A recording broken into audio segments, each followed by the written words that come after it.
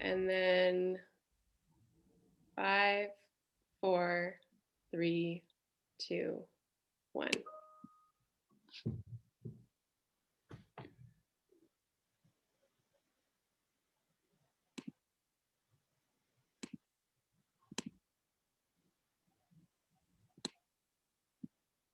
So my little participants logo at the bottom of my screen is ticking up. I will wait for it to tick up as people join before starting officially. But welcome if you're just joining.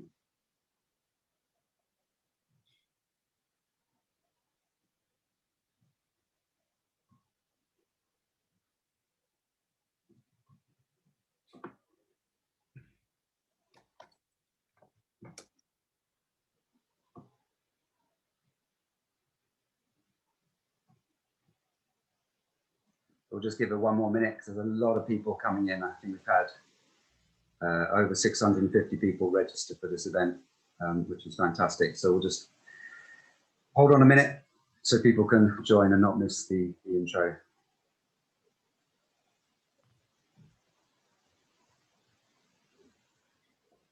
Feel free to put some comments in the chat. Say hi. Hi, Alan, Sheffield.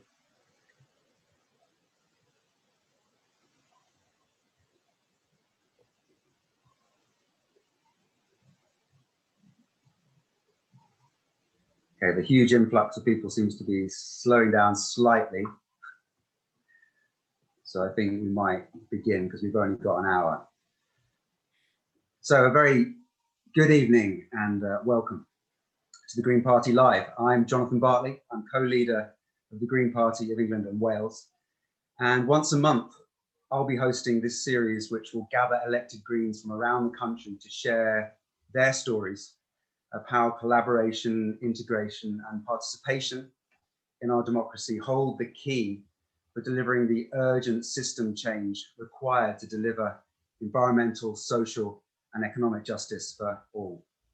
And as Greens, we value conversation, we value dialogue and debate, and a lot of it is sometimes difficult because we know that the solutions to the problems of the day won't be discovered and delivered through rhetoric and sound bites, but through hard work. So tonight and over the coming year, we'll be looking at system change, highlighting how the solutions to our crises are interdependent, highlighting collaboration, because if everything is connected, then we must embrace our shared values and find ways to work together. And as a councillor myself here in Lambeth, where I am now, I've had to endure my fair share of unlikely collaborations in the name of collective change, but it's always worth it. And of course, participatory democracy, because to have a flourishing democracy, we citizens need access to robust and truthful information to engage in debate during elections and beyond them, to get out and vote and be empowered by national government as well with the information, the skill, the legal framework and resources that are required to create specific local solutions. So tonight's event will discuss how Europe's first declaration of a climate emergency, I didn't realize that before that session that it was Europe's first declaration of a climate emergency, with the help of our guest, Green Councillor Carla Denyer, how that came to be, and how 2 years on, what Green councillors around the country have done to turn that declaration into action, with the Green Party's Action on Climate Emergency Officer, Julian Dean. And before I have Carla and Julian introduce themselves formally, a lot of people will already know them, just a quick bit of housekeeping. We'll have just under 30 minutes after I've talked to them for questions in the second half of the event. The event's going to last an hour, and the second half will be questions. So please, now you can begin right now, put your questions in the Q&A for upvoting. At the bottom of your screen, you should see a little Q&A button. So this is not the chat bit, this is the Q&A section at the bottom of the screen. Hit the Q&A and you can put your questions in, people can vote them up. And we will try and answer as many as we can. So many of you will already know Carla and Julian, but Carla and Julian, please introduce yourself anyway, and we'll take just 2 to 3 minutes each if we can be quite strict on time. Carla, why don't you go first? Thanks, Jonathan. Hi, everyone. My name's Carla Denier. I'm a Green Party councillor in Bristol, elected in 2015 and up for re-election this May. as a councillor in those few years so far, I've worked on fighting cuts to local services, on housing and especially tenants' rights, because I'm also a member of ACORN, the community union, and of course on climate change. In 2018, as Jonathan mentioned, I proposed the first climate emergency motion in Europe. More on that shortly. But my background's actually in engineering. I studied mechanical engineering at university and I worked in the renewable energy industry for 6 years before getting elected. In fact, that's what brought me to Bristol and I fell in love and never left. I've also worked for Molly Scott-Cato, former Green MEP for the South West in her UK constituency office. And I'm currently working part-time at Ad Free Cities, which is a network of groups nationally campaigning against outdoor advertising. In 2019, I was a candidate in the European elections for the South West, and later in the same year, I was selected and ran as the Green Party parliamentary candidate in Bristol West, where I came second. I'm very happy to say I've been recently reselected by my local party to run again in Bristol West in 2024, and feeling mightily relieved that this time I get 3 years to prepare rather than a few weeks. We're currently in the planning stages on that, so you haven't heard much from us about it yet, but if you're a Green Party member, you will be hearing from us shortly after the local elections. Fantastic, Carla. Thanks very much. And Julian, it's wonderful to have you here. Tell us a bit about yourself. Hi, yeah, so my name is Julian Dean. I was elected in 2017 to Shropshire Council and also to Shrewsbury Town Council. And that's my first experience of being a local councillor. Before that, I was a music teacher in a sixth form college for 18 years, and before that I used to work in London schools for a few years, and before that I worked in housing in local authorities. So I have plenty of experience of local authorities from both sides of the fence. Yeah, I was also the parliamentary candidate for the Green Party in Shrewsbury in 2019, and I was on our list for the West Midlands European elections. And yeah, I think I won't go on about my job because I'm going to talk about that in a little bit. And I'm missing music, I think I would say during the lockdown. That would be the one thing I will add. Oh man, Julian, I totally empathise. I'm missing, those that know me, I'm a drummer in a blues band and I usually do 20 or 30 gigs a year around the country. I'm missing it so much. Can't wait to get back. Thanks so much. Just a reminder, don't put your questions in the chat, put your questions in the Q&A, which is at the bottom of your screen, in the middle, certainly on my screen, and they will be answered in the second half. Carla, let's turn to you first. Take us back 2 years. Tell us the story of your work, creating the first declaration of a climate emergency in the UK. I believe the first declaration of a climate emergency in the world was made in Australia, I think in 2016. And there it's put forward by Trent McCarthy. But you were responsible for the first declaration in Europe, which was an absolute breakthrough moment for cities and national parliaments. Now I think there are 21 countries who declared it. So take us back, tell us the story. Every time I speak at an event or get interviewed, that number goes up. It's fantastic to hear. So yes, you're right. Trent McCarthy is a Green Party councillor as well, but in Darebin, Australia. And he, in 2016, was approached by some campaigners who were just beginning to develop the idea of declaring a climate emergency. They spoke to Trent at around the time he got elected, and he was up for the idea. And so his was the first. A couple of years later, a few councils in the US followed suit. But as of summer 2018, as far as I know, only 3 councils in the world had declared a climate emergency. And that summer, an acquaintance of mine that I knew from climate activist circles, a student in Bristol, got in touch and asked if I would go for a coffee with him to talk about an idea that he'd heard about, that he wanted me to lead on in the council.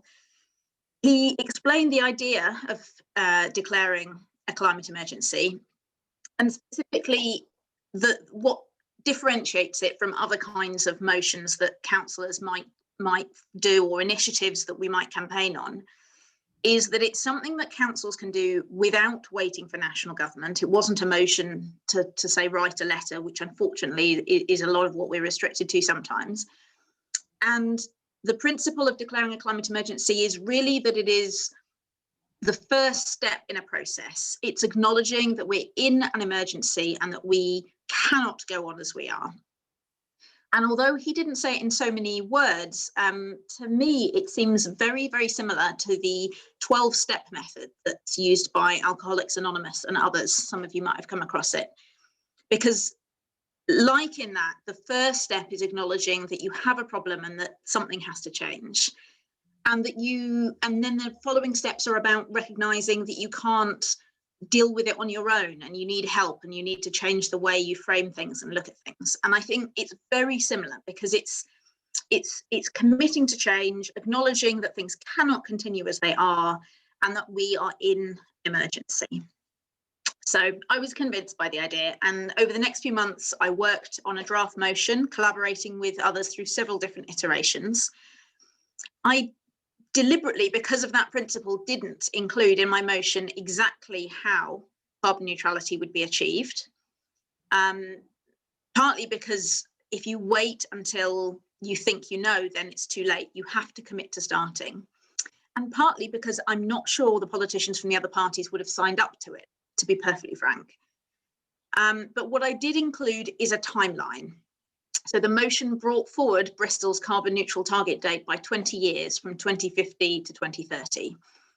And it also required the mayor to lobby national government for the powers and funding necessary, and importantly, to report back in 6 months with a decarbonisation plan. So it kept the timeline moving fast. By November, after a few months of working on it, I had something that I hoped would be impossible for the other parties on Bristol City Council to vote down. But emphasis on hoped, not new, because unfortunately, in the last 12 years of Greens being on Bristol City Council, our previous attempts to get them to support bold action on climate change had often been voted down. But this is where I make it very clear that I don't think I have any super special skills. I think the zeitgeist was with us, and I was very lucky with timing.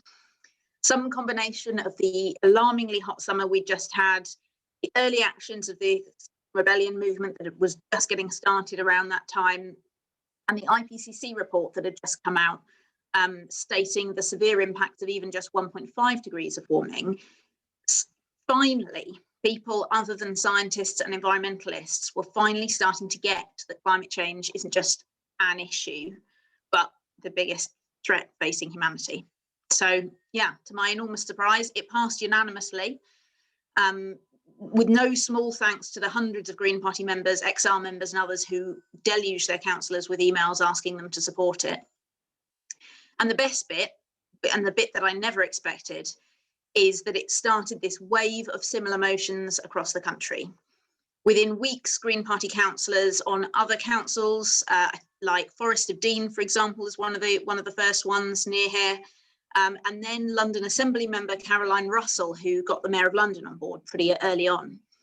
After that, councillors from other parties started proposing them too. And as you said, as we speak, 21 countries, over 400 UK councils, UK Parliament, Scottish and Welsh governments, and a number of other large organisations have now declared, and long may it continue.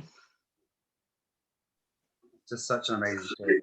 Thank you so much. I was absolutely astonished. So I lead the opposition on Lambeth Council, Green Party, the official opposition in Lambeth. And we were the first London council to declare a climate emergency. And I was really surprised about how willing Labour, who run the council, were willing to work with us. And it was just being able to take what you've done in Bristol and just apply it in Lambeth. It was all so, you really pioneered the way and paved the way, and just from experience in Lambeth, it made it, and it's so simple to do, but also not something without teeth. The way you've done it, as you said, it laid down markers for action that needed to follow, and it was so refreshing to have something that was beyond the simple letter writing kind of motion that you often get in local councils. And a quick plug, if I know there are a lot of people that haven't joined the Green Party who are here. We've got quite a few people who aren't Green Party members on this call, and I would really encourage you to join the Green Party or become a friend of the Green Party. You can also do that online, become an official friend, and you can join in bringing about this change at the local level. It really, really does make a difference. Julian, you were hired as the Green Party's Action on Climate Emergency Officer in 2019. Absolutely crucial role to support this work that Carla and others started. What was it like taking on such a role and seeing there are often tensions in the solution building, the practical solution building at the local level, especially with environmental, climate and social justice needing such urgent action now? Give us a flavour. Well, the first thing, of course, is that the job title is just entirely frightening. You know, I'm the climate action officer. I mean, you know, it's down to me apparently, but actually, the behind that was a recognition that right across the country, Green councillors were winning these climate emergency declarations, and just, you know, the same thing happened in Shropshire. And I ended up in a situation where actually all the parties were scrabbling over who the motion would belong to, which was a great situation to be in. So the job was really about how do we then help our councillors to move their councils from climate emergency declarations to climate action plans. That was the way that it was framed. And I think that even, you know, since then we've moved on again, because, you know, we've learned that actually climate action plans are, you know, potentially something that sit on a shelf. And so actually, you know, I think we've moved on to now recognizing that it's about a whole series of deliverable decarbonisation projects. And actually the job is about winning support for those decarbonisation projects. And winning support for those projects, I think, is all about recognizing that they are both about decarbonisation and they're about all those other things. They're about social justice issues. They're about warmer homes. They're about clean air. They're about you know, access to fair transport that isn't just for the bloke in the car who's got the car keys. You know, it's all of those other aspects which I think, and that to me, so the job has become, I think, for me, about how to help our councillors almost turn the tap on for the demand for those sorts of changes, because it's a whole series of different projects and different changes. So and what's exciting is seeing that coming through. That in, you know, there's, I mean, I'll share the one story now, which is the most exciting one for the last week or so. So in Brighton and Hove, our councillors have won a policy to retrofit council homes. Now that's a really difficult job. We know that decarbonising homes is probably one of the most difficult challenges that we have. But we also know that it will result in people having warmer homes, which are cheaper to run. You know, so it's a huge social justice win as well, and they've put a plan in place. And Cyrielle, who's the councillor there, you know, wrote an article in the local paper, and she started off by saying, you know, we've got a real problem with council homes. We've learned even more about the nature of that problem because of people being locked down and being stuck in these homes. We've got to do something about it. We've also got a problem with a lack of skilled work. There's some really good jobs out here that are available in terms of turning our homes into something great. And guess what? If we do those two things, we're also dealing with a climate emergency. So I think that you know, that's been the really interesting thing for me, is encouraging people to think about it in that way, but also seeing how our councillors are achieving it in that way. I know, again, in Lambeth, just having that network of seeing what different, you know, it's like crowdsourcing ideas to tackle the climate emergency and seeing what different councils do. Another example from Brighton that I'm about to take up in our alternative budget we're going to propose is workplace parking, parking permits. I know they've done this in Brighton, so, you know, the parking permits generally increase the price in line with inflation. Well, Brighton, I think, went a little bit higher in order to subsidise those people who were really in poverty but really relied on their cars, so they didn't have to pay the price. So you're hitting the richer drivers, still having the effect, but still protecting those who really have to rely on their cars. Very pragmatic, common sense action that tackles the climate emergency. And, you know, we're going to try that in Lambeth. Let's see if they go for it like they've done it in Brighton. But having those little things and the big things just to draw on it has been absolutely a godsend, really. Carla, let's come back to you. I know it's tough. I'm sure any councillors on this call know, you know, it's really hard keeping going sometimes at the local level. You have these highs and these lows. But is there a story from the work you've done as a Green Councillor that inspires you and keeps you going? You know, one that addresses how social and environmental justice at work for people and place. Yeah, being a councillor can, I'm sure you have found the same, be a real emotional roller coaster, and you can go through really low patches where it feels, especially if you're an opposition councillor, as Jonathan and I both are, that nothing you do will change anything, and what's the point? And then every now and then you'll get a win that will remind you that it's all worthwhile. And of course, the climate emergency declaration is my biggest one of those so far, but there have been a few others and they vary quite a lot. For example, one of my first ones when I was elected in 2015 was I represent a ward where a lot of students live, right next to the university. And partly as a result of that, after getting elected as a councillor, I got a seat representing the council on the court of the University of Bristol, so like the steering body. And I used that, working with students and staff who'd already been campaigning for a couple of years, to put forward a motion calling on the university to withdraw all of its investments in fossil fuels. And it wasn't an overnight success. It took a few goes, but by 2017, the university had completely withdrawn all of its endowment fund from fossil fuels. And that was, you know, that makes a massive concrete difference of withdrawing millions of pounds.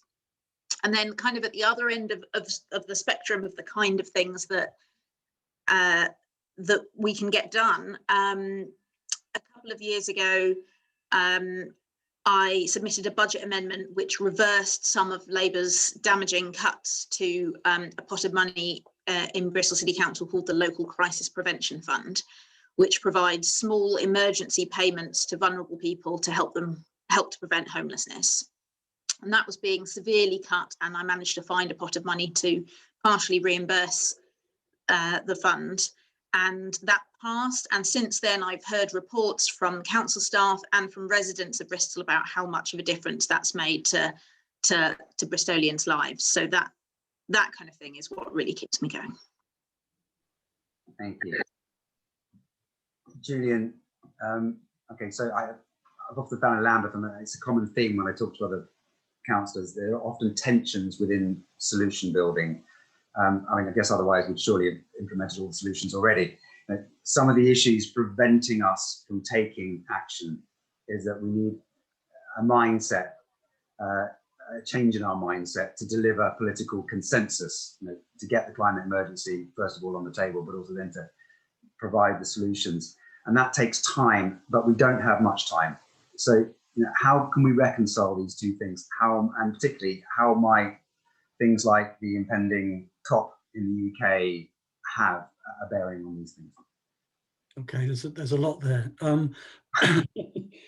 I mean, I think just going back right to the beginning, you talked about, you know, system change, and I think that's a scary term. You know, you can, on the one hand, you can say, you know, we live in a world capitalist system which exploits people, which disempowers people, you know, and we need to change that whole system. That's true, but as councillors, we're in the system. So what does it mean as councillors? And I think it's, you know, I think it's about looking for the opportunities and pushing the opportunities to create change. And that's why I'm using this analogy of opening the taps of demand, because I think that, and that's where all those alliances come in. You know, if you can win council tenants, if you can win people who are concerned about you know, clean air. I mean, you think about the, you know, the I mean, tragic case of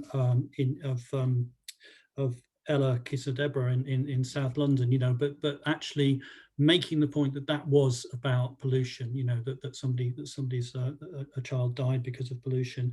Where was I getting? Oh yeah, so I think that the key to that sort of system change thing is opening up the demands for change that really affect people's lives. And that's why, you know, I mean, it's been amazing the work that councillors have done around active travel this year. So we had this whole, you know, call for making a bit more space for people because of COVID, quite rightly. But the result has been that people have discovered that actually, if you open up space to cycling and to walking, actually it makes everybody's lives nicer. It makes the whole process of being in a town cleaner and nicer. You know, we've here in Shrewsbury, we have. I mean, we were lucky in a way because the year before we also had a close down of our town centre because of some roadworks. But the result is that we've had it twice, and nobody wants to go back now. So we've opened that tap. We've opened that tap of demand for real change. So to me, that's what system change is partly about. But there are, you're right, absolutely huge blocks. And obviously people on the call are going to think, yeah, but you know, local government, it's got no money and it's got no power. And there's a certain amount of truth in that. You know, we've got the most centralized system in all the developed world. You know, our local authorities are very weak in many ways. And we know that when it comes to delivering services, they are absolutely on the floor. You know, the revenue budgets are dreadful. But there's money sloshing about. I mean, we've seen the money sloshing about in all the ridiculous contracts for COVID that the government has issued, but we also know interest rates are historically low. Actually, this coming year, despite the fact the national debt is going to be higher, the amount the government repays is actually lower. You know, so the money is there. And so the blockage actually in many councils is, if you like, capacity to put all these decarbonisation projects together. So it's been really interesting. I was meeting with Stroud Green Councillors a couple of weeks ago, looking at what their plans are. And actually, the main thing they're doing in their budget, and it's something that I think other councillors are pursuing, is just getting the staff together who can run the projects, who can go out and put projects together for whether it's retrofitting council homes or introducing active travel or beginning to even think about, you know, renewable energy in the district, introducing heat networks, but finding out where they could work. This is what I mean by there's a whole series of different decarbonisation projects that we need to be working on, but that needs skills. And then that is also, I think, dependent on building partnerships. So I think one of the most exciting things we're seeing, and it's not just where there are Green councillors, there are others doing it. The problem with the other parties is they lack consistency. Sometimes they do good stuff, but then they go and do bad stuff as well. But, you know, we've seen some good stuff going on into Leeds and Manchester and some cities where we've got these partnerships. But again, you know, even at a district level, Stroud has amazing partnerships with Transition Stroud and the parish councils. And so all of these people together can begin to sort of manage these projects and push them forward. So the block, to me, I don't think money is actually the block. I think capacity and being able to run these projects and to get the support for these projects to really sort of break through with the projects is a bigger block. And then finally, the big block is skills. But that's, again, it's an exciting opportunity as well, because it's about, you know, I mean, you think of all the people who've been put out of work. Many young people have been put out of work. One of the things I've been doing the last week or so is pushing out to residents and to my council just a little training course that I found online in retrofitting. It's the first level 2, so that's sort of GCSE standard introductory course for, you know, and it's absolutely great online course for people to begin to learn these skills, because we desperately need people to be doing that. So the skills shortage is a huge problem for many of the decarbonisation projects, but also it's a huge opportunity in terms of meaningful work. That's fantastic, Julian. If you joined us in the last 20 minutes, a warm welcome to you. I'm with Julian Dean and Carla Denyer. We are discussing the climate emergency, particularly at the local level. If you've got questions, pop them in the Q&A at the bottom of your screen, not in the chat, but in the Q&A, and we're about to come to them. We're just going to do one more question to Julian and Carla.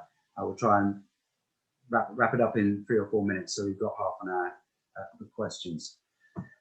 Carla, last question from me to you. What actions do we as Greens and the citizens need to take in order to ensure action on the climate emergency is taken? How do we help people understand how the solution is integrated? You know, we're encouraging people to join the party, quite right, to become friends with the Green Party. But what is it that we need to be doing? Well, I think very many of the people on this call have already successfully done the work to get your local councils to declare a climate emergency, either by having a Green on your council or by lobbying from outside. But if you haven't, then of course that's a good first step. And it's good even if you don't trust your current local councillors to sincerely mean it or to do anything about it. Because, I mean, let's be real, we all know that some of the politicians that voted for motions to declare a climate emergency did it to look good. without intending to change anything substantial, or in some cases I honestly am not sure they understood what they were voting for in terms of what they were signing themselves up to. Even if that's the case, if they have declared, then it gives us all, councillors and citizens, something to hold them to. Every time they make a decision that is contrary to that declaration, it gives you strong grounds to challenge it, a stick to beat them with, if, well, non-violently, if you will. In Bristol, having that stick has helped us to get Bristol City Council to run a citizens' assembly looking at climate and COVID recovery, which is just happening as we speak. We also got the council to commit extra funding to its existing climate work, and recently to finally reverse its previous position of supporting the expansion of Bristol Airport. So that's all done as well. You know, there's 11 Green Councillors in Bristol, but we're not currently part of the administration. So that's all done without having a seat in running the council. And therefore it's something that you can do even if you've just got 1 or 2 Greens on your council, and quite a lot of those things you could also do from outside. But it does lead me on to the next thing I was going to say that we can do to tackle the climate crisis, which frankly is to get more Greens elected. Because having Greens in the room. Julian's thunder, because I'm going to come to him about this in a second. Sorry. Well, yeah, you get the gist, and I'll let him flesh that out. But yeah, it's very much front of my mind at the moment because we have all our elections coming up in Bristol this May. And to answer the final bit of your question about how do we make sure that people understand that the solutions are integrated, I've got 2 bits of recommended reading, and I'll pop links in the chat to these after I'm done talking. One is from the fantastic organisation Climate Outreach, formerly COIN, who I'm sure many of you have heard of. They've been the leader in public engagement on climate change for a decade or 2. And their website is full of informative reports, blogs and videos that, frankly, people exactly like us need to read, because sometimes us activists and Green Party members tend to assume that everyone thinks like us and has the same priorities, and that's not always the case. And COIN have produced some brilliant resources to put ourselves in the shoes of other people and learn better how to communicate the problems and, more importantly, the solutions of climate change. They've got a report called Britain Talks Climate that's just come out, and it's great. And finally, there's some recent research that was conducted in Bristol on what Bristol residents want on climate change, which was really reassuring in showing that there's a large appetite for radical action, even amongst people who aren't particularly engaged in activism or politics. So I'll pop the links in the chat to those, and you can have a read, and it may give you inspiration on how to communicate with others. That's really fantastic. And just a reminder, we've in the last 2 years, getting a bit of an echo, sorry. In the last 2 years, we've gone from being the opposition on 5 councils to playing a part in running, I think, 18 councils now. So we're the opposition, but we're also running the councils. You want to be part of that, join the party, become a friend of the party, get stuck in. As Carla suggested, you've got elections coming up very, very quickly. Please join your local party, get involved in what they're doing. It really does make a difference getting those councils implementing the climate emergency motions. We've got local elections coming up, Julian, which will be a very important aspect of creating momentum, the kind of ever rising green wave. But what has democracy got to do with this beyond voting? How can we empower people, and people empower themselves to use democratic rights to start creating and implementing solutions? What's next for you before we go to questions? So I think it goes back to the point about seeing if we can open these taps of demand, because that's, you know, it's a democratic demand we're talking about. It's about people wanting their lives better, wanting clean air, wanting warmer homes, wanting better transport options, wanting healthy diets. You know, nobody wants a bad diet. You know, so I think that the democratic aspect is constantly trying to tease out and begin to develop that demand, actually.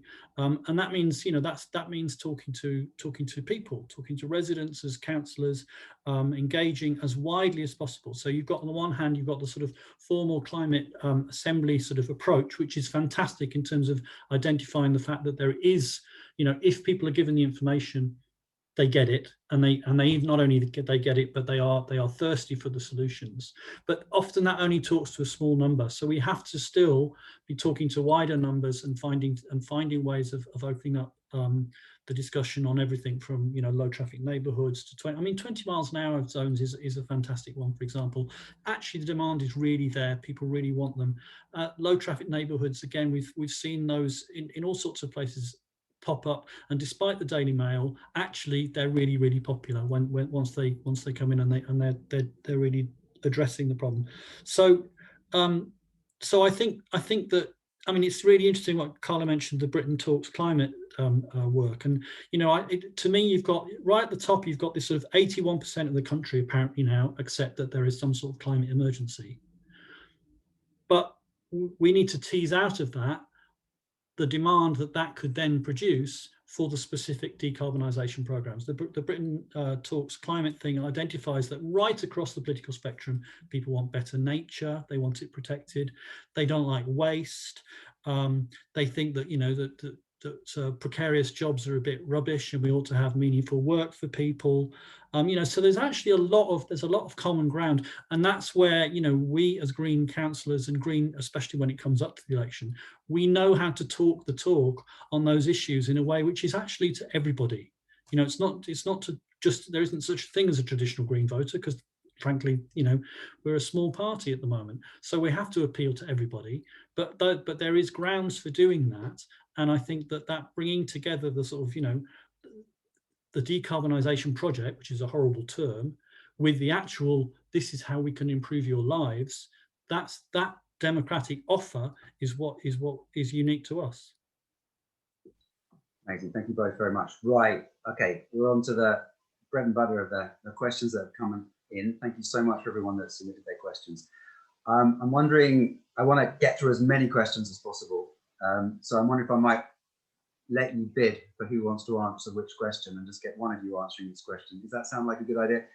So we've got kind of 25 minutes to run in. I wish we had more than an hour, actually.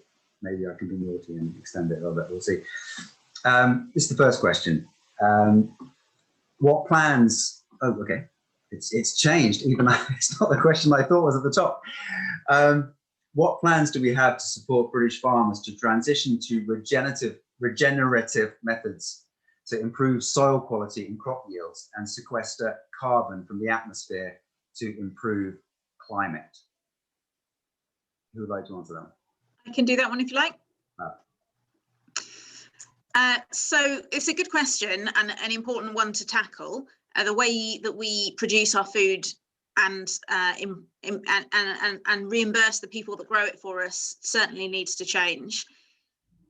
The Green Party announced in the run-up to the last general election a 10-year plan to transition to agro-ecological farming, which would have included a number of different measures, including switching around the subsidies that farmers receive to encourage methods that create more jobs, restore the ecosystem health, and improve the quality of our soils and our rivers as well.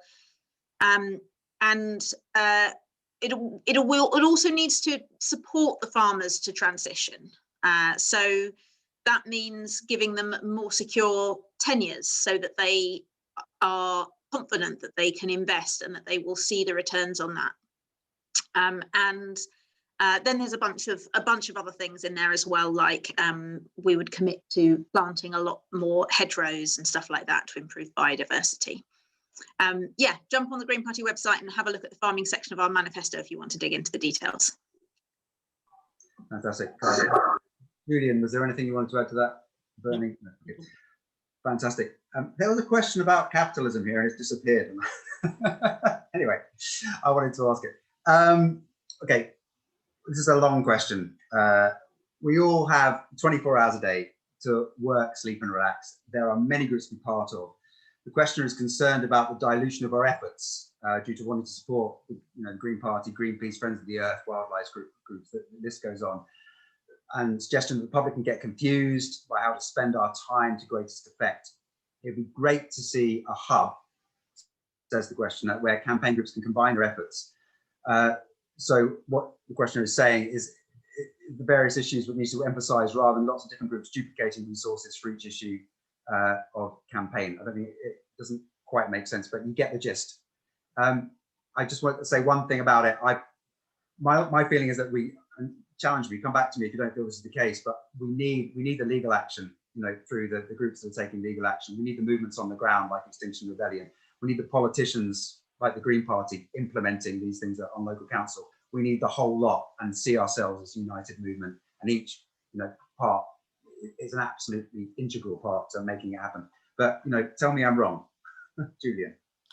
No, I think that's absolutely right. I think there's a, who are we to determine what shape that movement takes? The movement has taken a shape because people have got together and they've organised XR, or they've organised, there are people who've been doing this for a lot longer than me in Friends of the Earth, who've got real expertise and also have really know how to lobby councillors and so there's a whole series of different levels of people campaigning, and I think for us to sort of try and impose a shape on that doesn't make a lot of sense. But what we do is we try and give a political voice to it, and that's our role. That's why we're a political party. And I'm sure that many people in the Green Party as a political party are also members of all these various campaigning organisations, which is great. But the key, in the end, it is about power. It is about actually shifting the laws. That's, the legal challenges are really important, but then we need something in its place. We need new laws. We need new regulations. We need to ditch the 27 billion pounds being planned on road spending, which is madness, and that's about decision making in places in power. Now, as Carla explained, really, that actually even a green in the room can make a difference. It's not, it would be wonderful if we can get a green government, but what we've proved, I think, and I'm going to have to wave this about. This is my roundup from the last. It's 4 pages actually. Roundup of the achievements of green councillors around the country. Many of them in alliances and in power, many of them not. And so, and that's our contribution. Is the political, getting stuck in, making proposals, and bringing forward the voice of all those various movements, whatever form they take, and making the change happen. And certainly that's been my experience in Lambeth. Literally just having Greens in the council chamber on the council makes everyone so much more alert and sensitive, and it's always on the agenda, it's always present, because we're kind of the grit in the oyster, if you like. Okay, I'm going to ask both of you to answer this one. Very quickly, rapid fire. What are your top 3 actions that you suggest we work to achieve? So pick your top 3. I realise I'm putting you on the spot. I'm trying to give you a little bit of time to think, to come up. Well, I've got one that I'll chuck in now while Julian's thinking. Julian, I'm sure, will cover things that we can do at a local level on council. So I'll chuck in a national one, which is lobby your MP to support the Climate and Ecological Emergency Bill, which has been put forward by Caroline Lucas. A lot of MPs, including 3 of the 4 here in Bristol, all Labour MPs, very disappointing, are declining to support it on the basis that it's a private member's bill. So they say that it's unlikely to make a difference. And while statistically it's true that most private members' bills don't make it into law, the Climate Change Act started that way. So it's not impossible. And it's made much more likely if people of all parties get behind it. So if you haven't yet, write to your MP about it. Google CEE bill for the website of the CEE Bill Alliance, with lots of information about how you can do that. And if you have already done that and your MP got back to you with a disappointing fob-off answer, then come back to them and tell them that the Climate Change Act started that way as well. That's a great start. Okay, I don't have 3 because I think it varies depending on what situation people are in. So if you are a sole Green councillor, it's about building your alliances, finding your allies, and and we've proved that that's possible, that you can work with all sorts of people. But sort of pulling out a little bit, the pieces of the jigsaw that I think we need when we're talking about council action is we need partnerships which bring together the councils and what, you know, to use networks of organisations, including, you know, the local university, the big employers, the Chamber of Commerce. You know, we need those networks because they're, in the end, they're going to have to stump up the cash and run the projects, the decarbonisation projects, because we can't just decarbonise the council. Usually it's only 1% or so of the actual carbon footprint. It's about decarbonising the whole area. So those partnerships are essential. And then I think in terms of the specifics of what councils do, the focus is probably on better homes, better planning, and better transport. Those are the, you know, land which Carla talked about is not really under the control of councils very much, so we can do what we can in terms of influencing it. But for councils, it's probably transport and buildings, which are the big ticket items. Carla, do you want to add anything? Okay, we'll keep going. Quick fire. Okay. It is universally accepted that an effective price on carbon is fundamental to our efforts to avoid catastrophic climate change. Green Party manifesto includes a potentially very powerful policy for a carbon tax with citizen dividends to protect low-income households against fuel poverty. Yet we never seem to hear about this. Why is that? I feel like I should be answering that question, but it's not my show, it's yours. Well, I'm happy to start it off, but I think Jonathan might have a good reason to come back. I think that's a fair point, and we don't talk about it that much. It is a bit complicated, and so when you've only got 30 seconds on the news, and unfortunately because we're a small party, we often don't get as big a bite of the cherry as the bigger parties, it can be difficult to cram in an explanation for a bigger policy like that.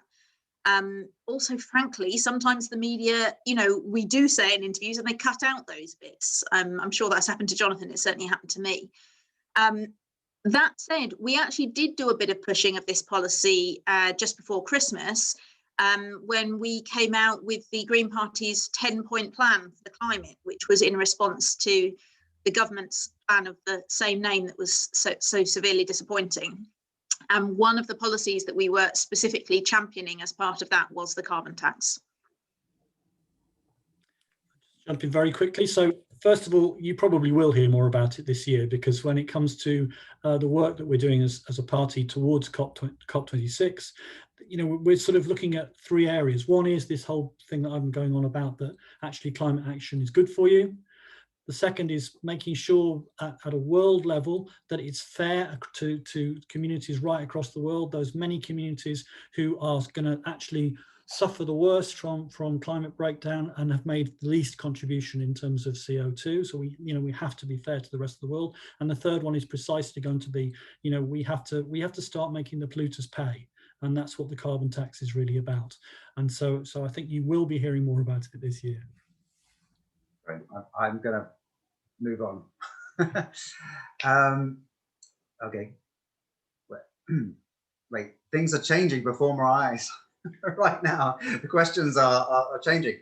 I was hoping we'd get some more questions about what's actually happening at local council level, but we'll plow on. This is democracy. This is a question from Matt Cooper. Donut Economics, written by Kate Rayworth, who I loved a bit. I think she's amazing. Is starting to gain traction in the real world, notably as part of the post-pandemic planning for Amsterdam. What is the Green Party view of donut economics, and are there any opportunities on the horizon for it to be used in the UK at the local level? And Julian's got a bit in there to answer that one. Yeah, no, absolutely love it. I read it shortly after it came out. Sort of just to give people a tiny little bit of context, the whole point about donut economics is that Kate Raworth is saying, you know, the economics industry, which was all about GDP, is wrong, because you've got to place what we do economically within a bigger context. And the context is that we need to look after people, but also there are resource limitations. So that's her conception. And so it's placing economics in a much bigger human context and also ecological context. And actually, that way of measuring what you do makes a lot of sense at the local level as well. So actually there are councils, Cornwall's been leading on this actually, who are now applying the donut as a way of thinking about each and every policy. But also there's the donut economics sort of lab, which Kate Raworth has set up, which is working with some cities around the world, and notably Amsterdam and some other places to pursue this. And if there's anybody from the lab here, I'm still waiting for your reply, because I've invited you to come to a panel meeting with Zoe Nicholson, who's one of our leading councillors in Lewis, and speakers from other organisations for a session at Green Party conference. So I'm just waiting for your reply. So hopefully we'll have somebody from the Donut Economics Lab speaking at that panel meeting.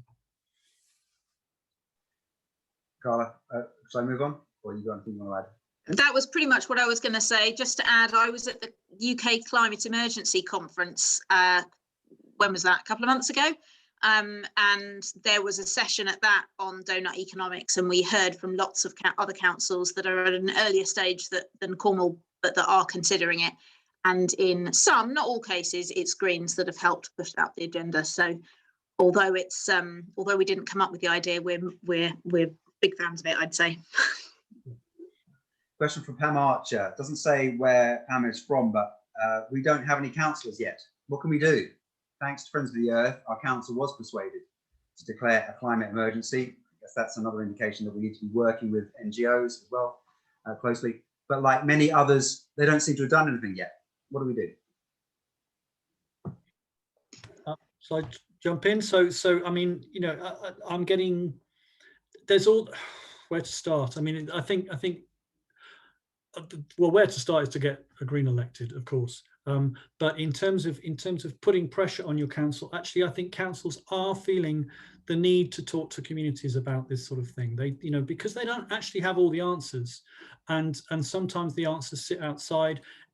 So I think the combination, interesting for my experience in Shrewsbury, where there's the combination of, on the one hand, you know, a lot of just campaigners and people who are concerned, but also a lot of real expertise. And if you can bring those people together, if you can be part of that sort of network of people who are thinking about the solutions, actually you'll find that you might get a hearing at the council, because they don't all know the answers, and they will be really keen if there are people out there, you know, assuming they're not complete deniers, and actually there are very few of those people left, you know, they will be looking for people who want to work with the council and make suggestions. So I think, you know, approach them in that way and get Greens elected. Carla, I'm going to encourage you to, and Julian, just butt in if you've got something additional to say, but I'm going to keep motoring because our time is so limited. Questions are changing again.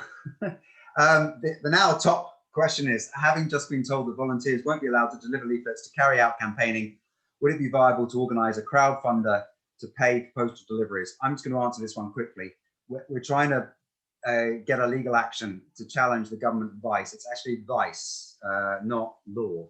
And we think challenging in the courts and getting a ruling might be a good way of doing it, and possibly postponing the elections. I think crowdfunders, however, are always a good idea for local parties, because we are always in a disadvantaged position when it comes to money in order to compete. But getting our message through. Go on, Julian. Invite us to come and do local meetings. Invite Jonathan or Carla or me or anybody. We've got Jenny Jones coming to Shrewsbury on Saturday. We announced it on Sunday. By first thing this morning, we'd already raised 130 quid. Fantastic. Paul has said, and I'm going to challenge the premise of this question, political action is now clearly too little too late. What's the alternative, and how will Greens pursue that? Go on, Julian or Carla.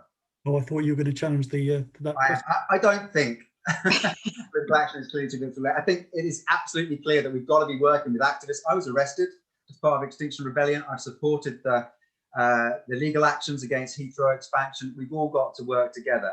If we ignore any part of this jigsaw, we aren't going to see the full picture. That's my response. Yeah, I agree with you, Jonathan.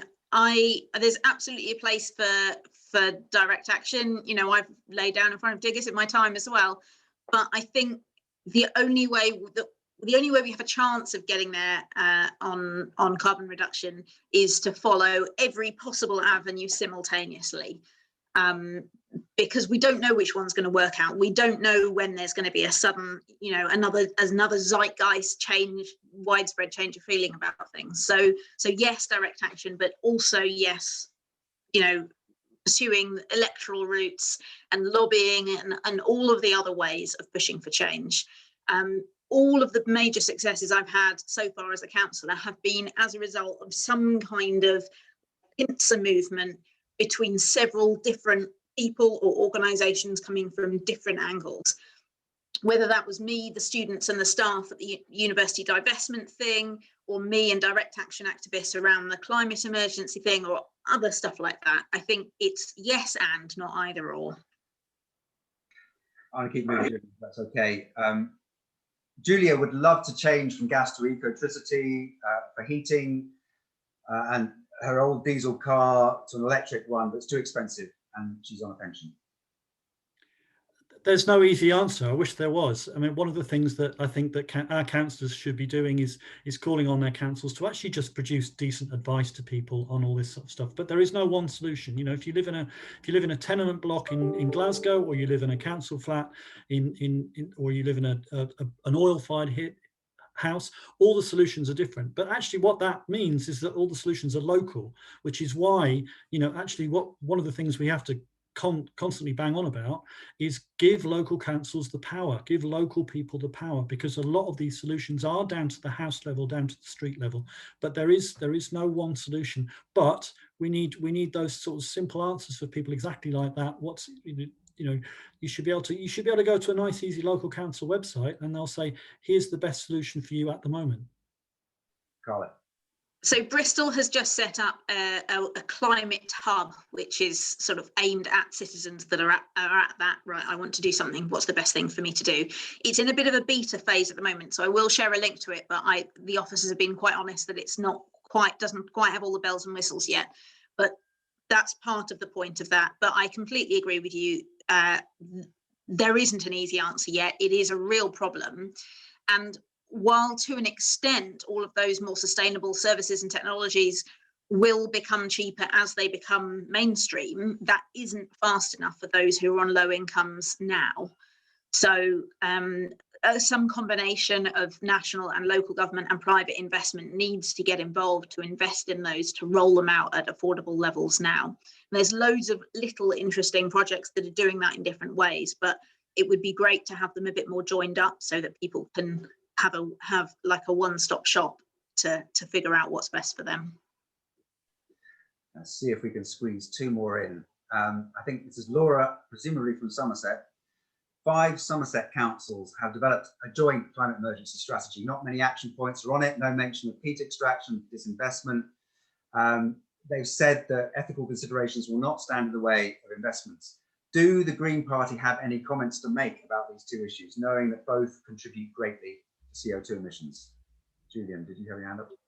So in terms of investments, yes, absolutely. We've been campaigning nationally all over, and many councillors like Gina Dowding in the north and was one of the first to really get stuck into disinvestment. And actually, we're beginning to win that argument. Frankly, so actually are the investors. You know, BlackRock is now saying, well, actually, you know, fossil fuels is not much of a winner anymore. So I think that particular argument is being won. I can't remember the other part of that question, I'm afraid. Can I jump in on that? Divestment's a bit of a hobby horse of mine. So arguments that you can make to try and persuade them to change their minds, they don't need to consider fossil fuel investments as even an ethical consideration anymore. It's simply a straightforward, financially appropriate thing to do. Look up Mark Carney. Of course, he's now at the UN, formerly Bank of England, who's been pro-divestment for years. And I used a lot of quotes he'd made to persuade pretty small c or big C conservative dinosaurs that just thought that everything should be about economic growth to listen to Mark Carney's arguments for why divesting is a financially sensible thing to do. And they, even if they only care about maximising shareholder profit or the pensions, then they should listen to that if you make them actually look at the numbers. Thank you. Okay, this is going to be the last one. Before I do it, it's a good question to end on. I just want to say, look, if you're not a member of the Green Party, join the Green Party. If you don't feel you can join the Green Party, become a friend of the Green Party. You can associate yourself, you can even be a member of another party and associate yourself with the Green Party through the Friends scheme. You can do it all online.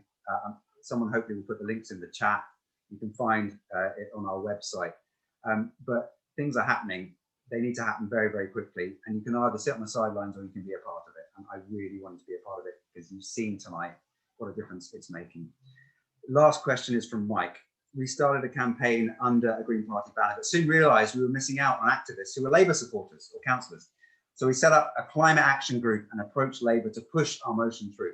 It was successful, and we gained a Green Party seat on the working group. I just think we need more guidance on working with councillors, either as Green Party or via a proxy group. Can the Green Party help local parties without Green Party councillors? Who would like to answer that one? Julian. So I should go back to my job. So my job was initially councillor facing, and my first role is to support our councillors, but actually I'm increasingly finding that local parties want some of the stuff that I'm sending out. If you look at the party's website, the members' website under councillors, there's a whole bunch of stuff, including all the briefings that I've written for our councillors. They are available to other people, and I have increasingly sort of been sending out packages of stuff around how to respond to planning applications and things like that to local parties. So, you know, feel free to get in touch with me, but look at the members' website as well, and send in those requests to me or to the National Party, and we'll recognise, you know, that my job was invented because it was clear there was a real need. If there's a need coming through from local parties who are trying to campaign on this stuff, then let us know, and we'll try and provide those resources. Thank you so much. Look, time's got the better of us. Simon, I see Simon Pickering. I see you've got the next question, and I would love to have brought you in. Simon, he's been doing this for years, and he is a hero. I'm sorry, Simon, we didn't get your question. People didn't vote it up. I'm annoyed about that. Thank you so much to both of you for taking time to share these ideas and stories with us today. For those who are watching, we'll pop a link to the next event hosted by the Green Party, which will take place next week, on vaccine solidarity, not vaccine nationalism, and she's close to my heart, as I'm sure to many people watching. If you'd like to RSVP, the link will be there. If you're interested in watching the replays of our previous events, we have a selection hosted on our Green Living Room. Do visit it if you haven't. We'll send you a link to the replay of this event at the end of the week. If you want to share it with friends, please share it with friends. Get them to become friends of the Green Party, get them to join the Green Party and get involved. If you're not already a Green Party member, we have our conference coming up in the spring. Members make the policy of the Green Party. By joining the Green Party, you get to choose what we do, how we operate. When we're talking about our political strategy and the decisions that we make, you'll have a chance to influence it. So join the Green Party, get involved. Thank you to our panelists and for everyone for coming, and we'll see you next time. Bye, everyone. Bye.